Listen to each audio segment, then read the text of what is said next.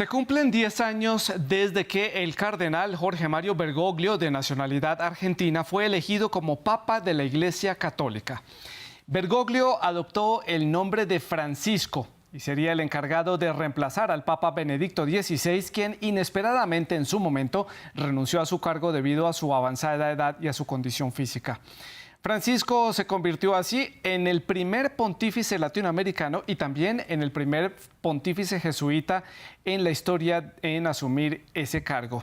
Su pontificado pues se ha caracterizado por los cambios al interior del Vaticano, también porque su mirada es un poco más moderna y genera divisiones tanto al interior de la Iglesia Católica como institución y del Vaticano como un Estado. Ha visitado 60 países en 40 viajes a lo largo de estos 10 años, principalmente países con serias dificultades y problemas internos como lo son, por ejemplo, la República Centroafricana en África y Sudán del Sur.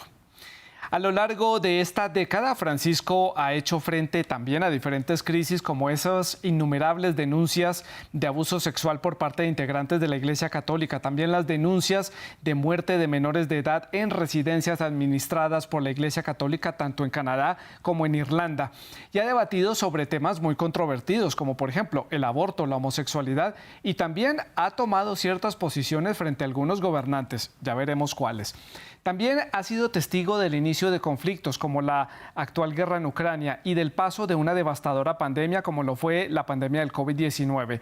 En 10 años, el Papa Francisco, controvertido, querido, criticado, admirado, sigue siendo una figura relevante en la escena internacional a pesar de la diversidad de opiniones que genera. Por eso hoy en el debate de France 24 vamos a analizar esta primera década del Papa Francisco, sus luchas, sus logros, sus aciertos, sus desaciertos frente a la Iglesia Católica. Para analizar este tema hemos invitado a Álvaro Ramis, él es teólogo y rector de la Universidad Academia de Humanismo Cristiano. Se conecta desde la ciudad de Santiago, capital de Chile, y desde la ciudad de Viña del Mar, también en Chile, se conecta Pedro Pablo Achondo Moya. Él es teólogo, asesor de comunidades, especialista en ecología integral y teología latinoamericana. Recuerden ustedes, nuestros televidentes, que también son parte de este debate. Ustedes pueden dejar sus comentarios y sus preguntas a través de las redes sociales. Estamos en Twitter, en Facebook, en Instagram.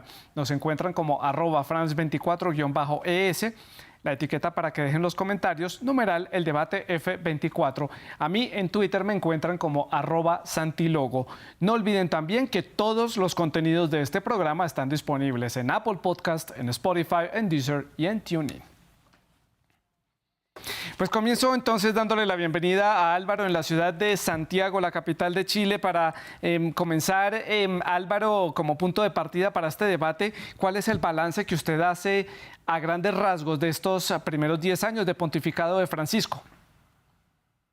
Bueno, yo quisiera resaltar que es un hito importante para América Latina. Más allá de la figura de Francisco y de su relevancia para la Iglesia, es relevante para América Latina que un latinoamericano tenga una estatura y un rol de gobierno global. Hay pocas personalidades o figuras latinoamericanas que han podido tener esta relevancia. Podríamos decir que existen latinoamericanos universales en el ámbito de la ciencia, de la cultura, de la poesía, de las artes o del fútbol, un Pelé, un Maradona, un Messi, pero tener a alguien a cargo de una institución que influye en la vida concreta de las personas en todo el mundo al mismo tiempo, desde África hasta Estados Unidos, desde Europa hasta América Latina, es algo inédito y creo que eso es importante de valorar.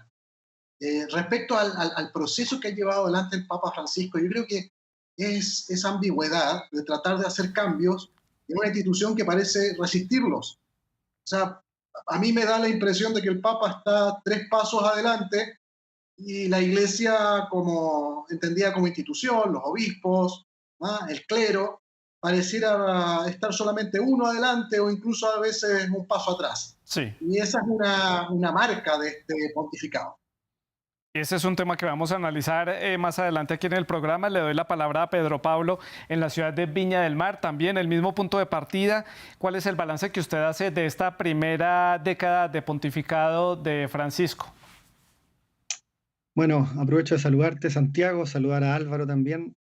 Sí, yo me sumo un poco a las palabras de Álvaro. Creo que el balance sumando, restando, que siempre es complejo, ¿no? Sería positivo. Desde el punto de vista eclesial, incluso, sí, más allá de las barreras de la iglesia, Francisco ha traído esperanza, ¿no? Son 10 años de un aire de renuevo, un aire de frescor.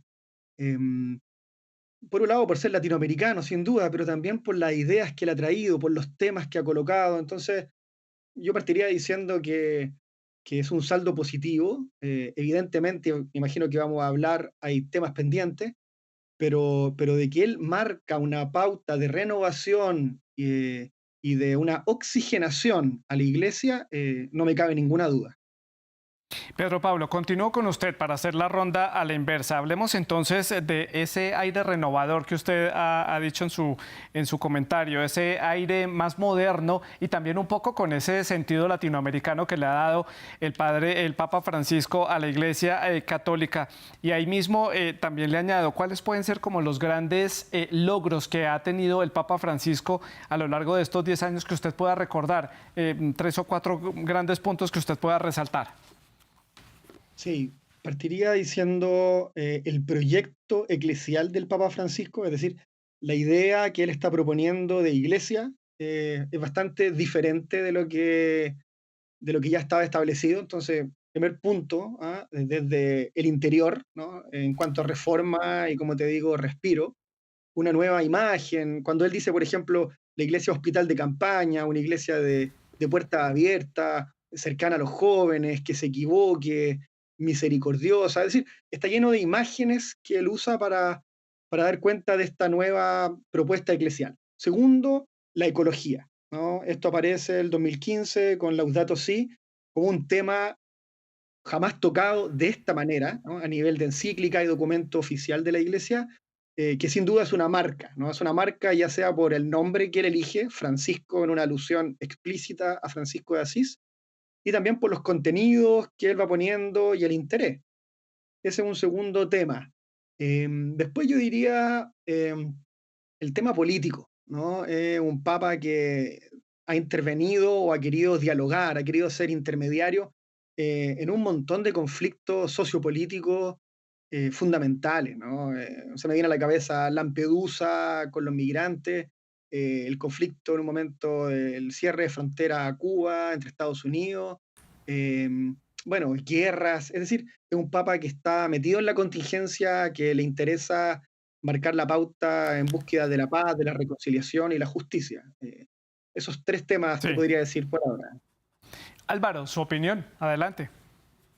Sí, coincido con Pedro Pablo y además resaltaría los temas internos de la curia romana. ¿Ya? Creo que él ha asumido la necesidad de una reforma a la estructura de poder interno de la Iglesia, el Banco Vaticano y todos los problemas que ha tenido que enfrentar respecto a problemas históricos de blanqueo de capitales, problemas que están arraigados en gestiones anteriores y que él ha tenido que cargar con la pesada mochila de limpiar las finanzas en ese ámbito más oscuro. Otro elemento son tratar de asumir la crítica respecto a los abusos sexuales del clero. Y en ese ámbito, obviamente, los resultados son mediocres, son ambiguos, pero no ha faltado voluntad. Creo que ahí se ha topado con las limitaciones de una institución que no da el ancho a la hora de asumir sus propias consecuencias de sus propias decisiones generales. Hay un tema, por lo tanto, pendiente, pero que creo que la acción del Papa Francisco en general yo la valoro, aunque obviamente la Iglesia Católica en eso todavía tiene mucho que avanzar en reconocimiento, en generar condiciones de reparación a las víctimas y de establecer también verdades oficiales. Álvaro, en ese sentido, ¿qué tan a la par están marchando esas propuestas del Papa Francisco, esa renovación, ese cambio, ese nuevo aire que le quiere dar a la Iglesia Católica como institución y la velocidad con la que se mueve justamente la Iglesia Católica al interior y todo lo que se mueve dentro del Vaticano para tratar de renovar, actualizar o por lo menos darle una especie de actualización a la institución como tal en torno a los debates que se dan en la sociedad actual, en posiciones que tiene también el Vaticano y la Iglesia frente a discusiones que se dan en diferentes rincones del planeta. Van a la par, el Papa le cuesta mucho y tiene que jalonar mucho al Vaticano y a la Iglesia para que den un paso, para que puedan tomar una decisión y mostrar ese aire, digámoslo así, de un poco más de modernidad. Así es, y además eso tiene una variable geográfica. La Iglesia Católica es una institución global, una de las instituciones más grandes del mundo. Estamos hablando de 1.300 millones de personas que se adscriben al catolicismo. Y hay países, tal vez como Alemania, por ejemplo, que va más adelante que Francisco, que exige avanzar muy rápido.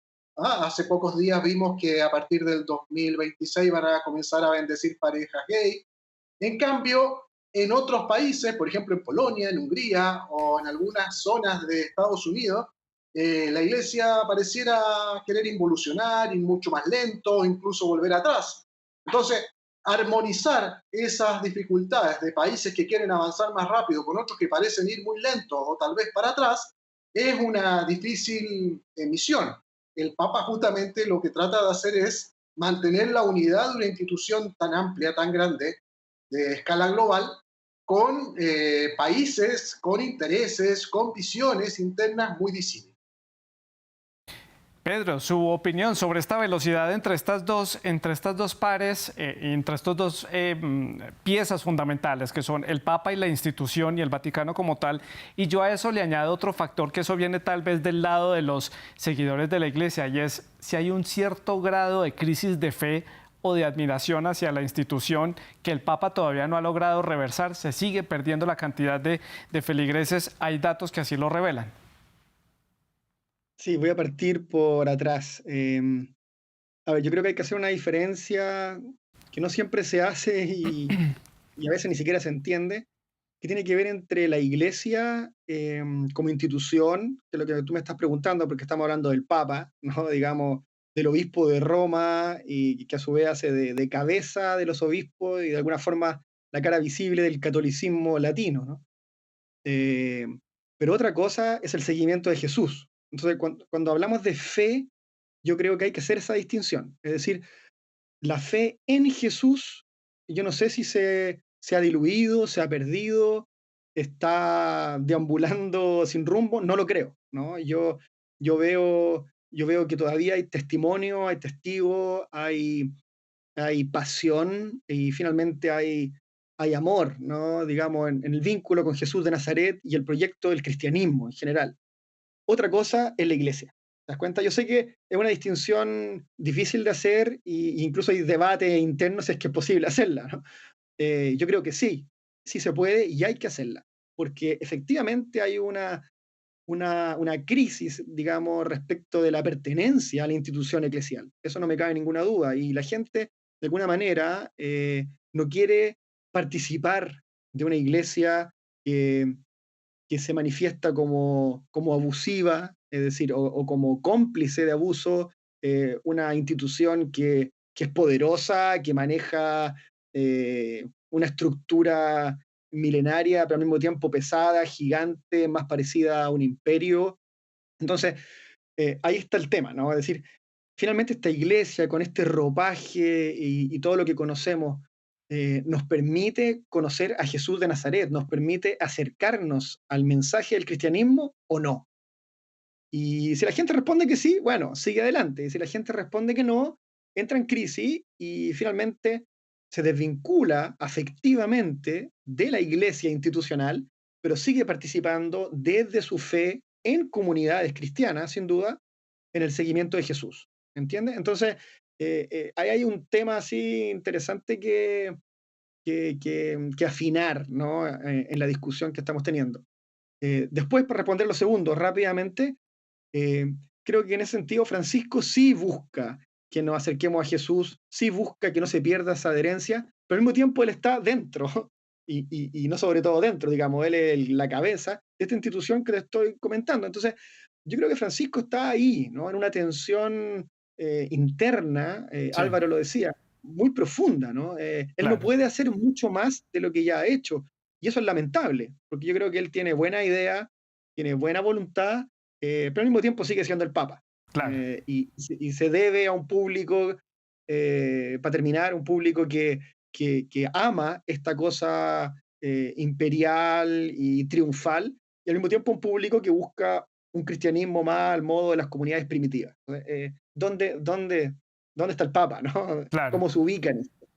Sí, me quedo con lo de una tensión, Pedro Pablo, porque eso me lleva a esa tensión interna, porque justamente hace 10 años, cuando Francisco llegó para iniciar este pontificado, Álvaro, muchos decían que este nuevo papa, en ese momento, hace una década estoy hablando, no representaba justamente a esos obispos y a esos cardenales al interior del Vaticano, que para nadie es un secreto todas estas movidas medio truculentas que hay dentro del sistema financiero que tiene el Vaticano, los bancos, quienes depositan allí el dinero y lo que representa esto para la desaparición de capitales a nivel internacional, etcétera, tema aparte que no vamos a debatir, pero que el Papa Francisco sí representaba al pueblo, no representaba estos intereses de los cardenales y los obispos. En estos 10 años, ¿el Papa ha logrado consagrar ese puente entre el pueblo y la institución? ¿Usted cree que lo ha logrado hacer, Álvaro? Yo creo que lo ha intentado, pero las brechas son muy grandes. Es decir, la relación, la distancia que también describía Pedro Pablo, ¿no? Entre la institución y la masa, el pueblo católico global, universal, es bastante profunda. Y el poder también de la institucionalidad católica muchas veces entra en contradicción con la necesidad de esa misma institución de renovarse y de relegitimar su rol en la sociedad.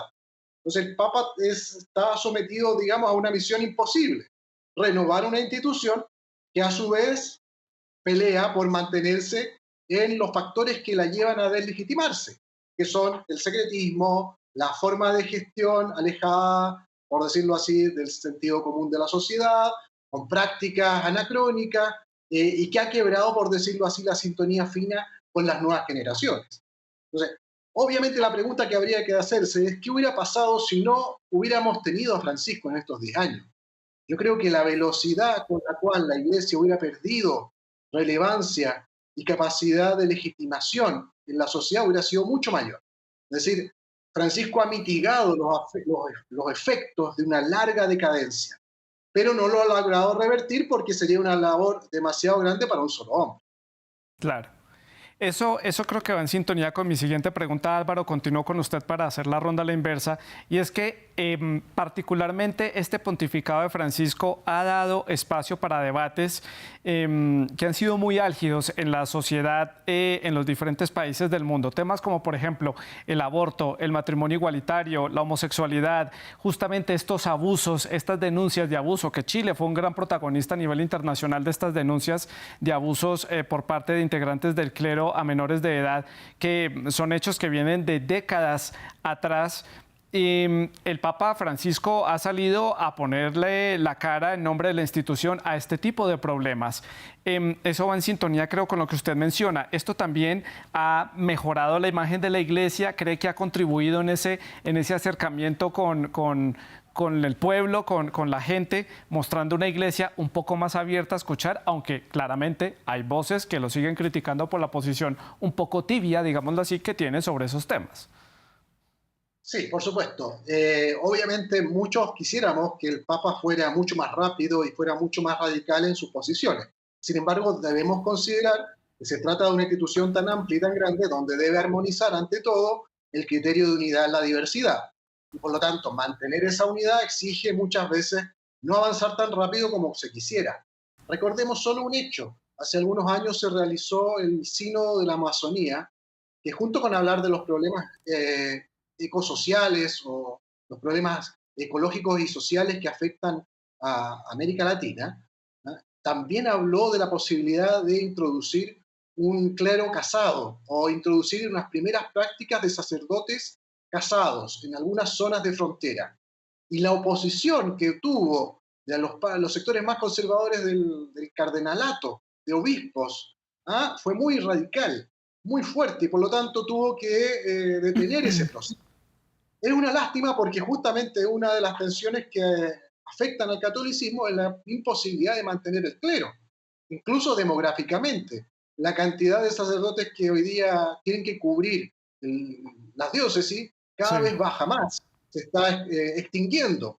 Y si no hay un cambio en la disciplina que tiene que ver con el matrimonio, eso va a llevar necesariamente a que no va a haber clero suficiente para poder cubrir las necesidades básicas de la sociedad.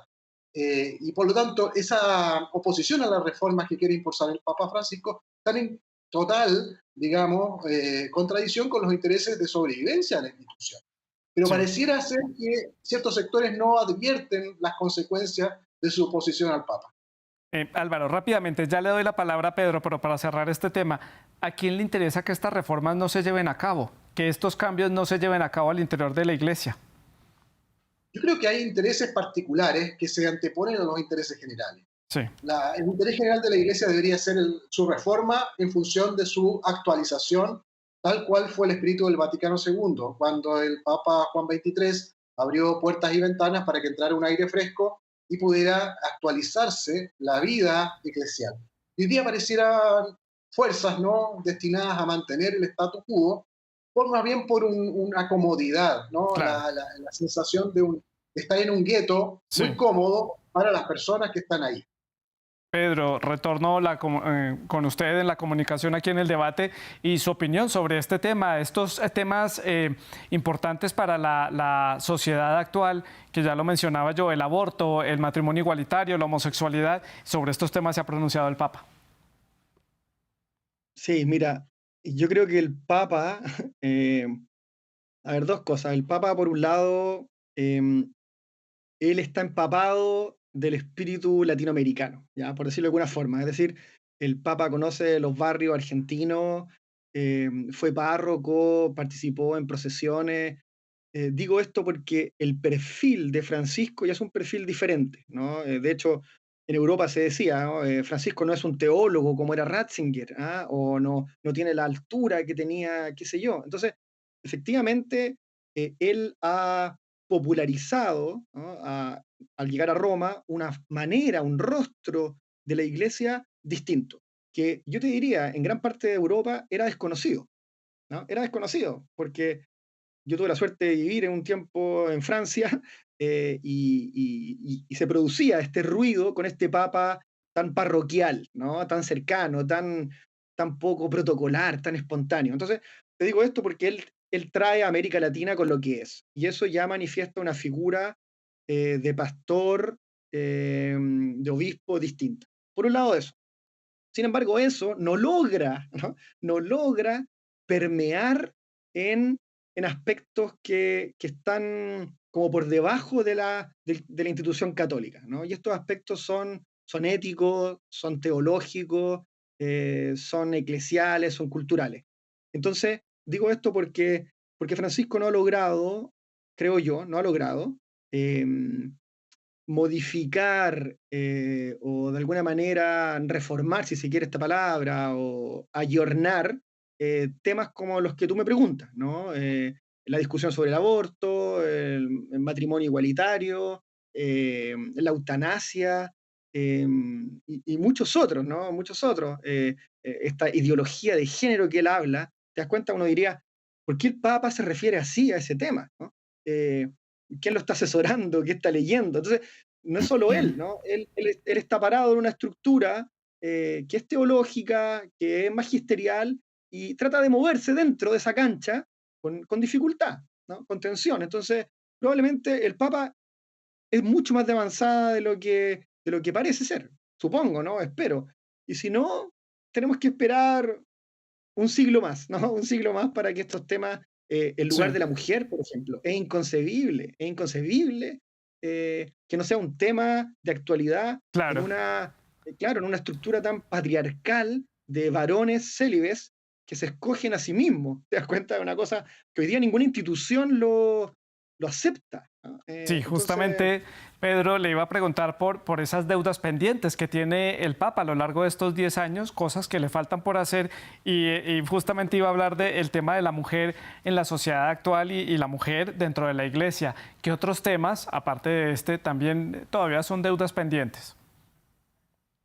sí, mira, yo te diría, claro, mi opinión, tú me preguntas mi opinión personal, ¿no? Yo te diría que el tema de género, ¿no? De la diversidad sexual, debiera tratarse de otra forma, ¿no? De otra forma. Yo entiendo que Francisco tiene esta, espontáneamente, ¿no? Estas opiniones, se lo han preguntado muchas veces, ¿quién soy yo para juzgar? Y conversa con un jesuita en Estados Unidos, con otro, y se abre al tema, y está bien, pero el mundo, y también no el mundo, ¿no? La iglesia, ¿no? La iglesia, pueblo de Dios, ¿eh? Esperamos más, ¿no? Esperamos más porque sabemos que la realidad es Sí, otra. ¿Te das cuenta? Su discurso no da cuenta de la realidad. claro, Sabemos que hay un clero que pertenece a la diversidad sexual.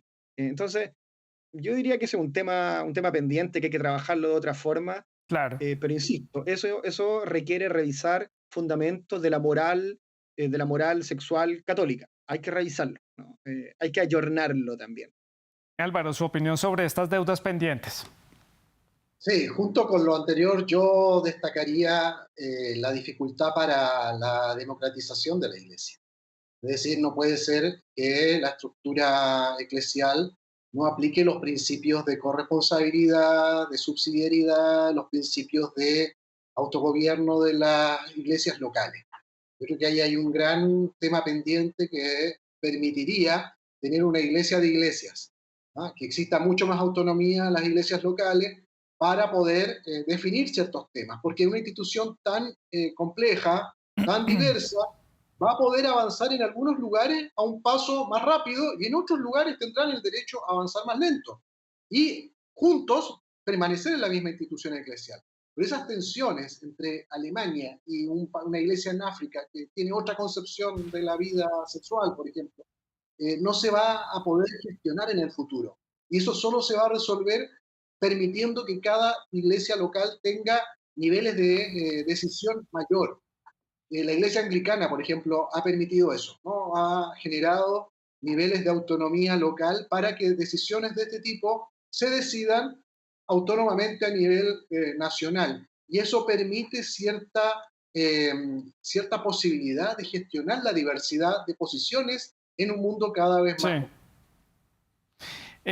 Álvaro, hemos visto, pues, como lo estábamos comentando, el Papa habla de diferentes temas, no solamente de coyuntura a nivel social, habla de fútbol también, pero también habla de política. Y uno de los hechos recientes que vale la pena traer al debate es ese tire y afloje que tiene con Nicaragua.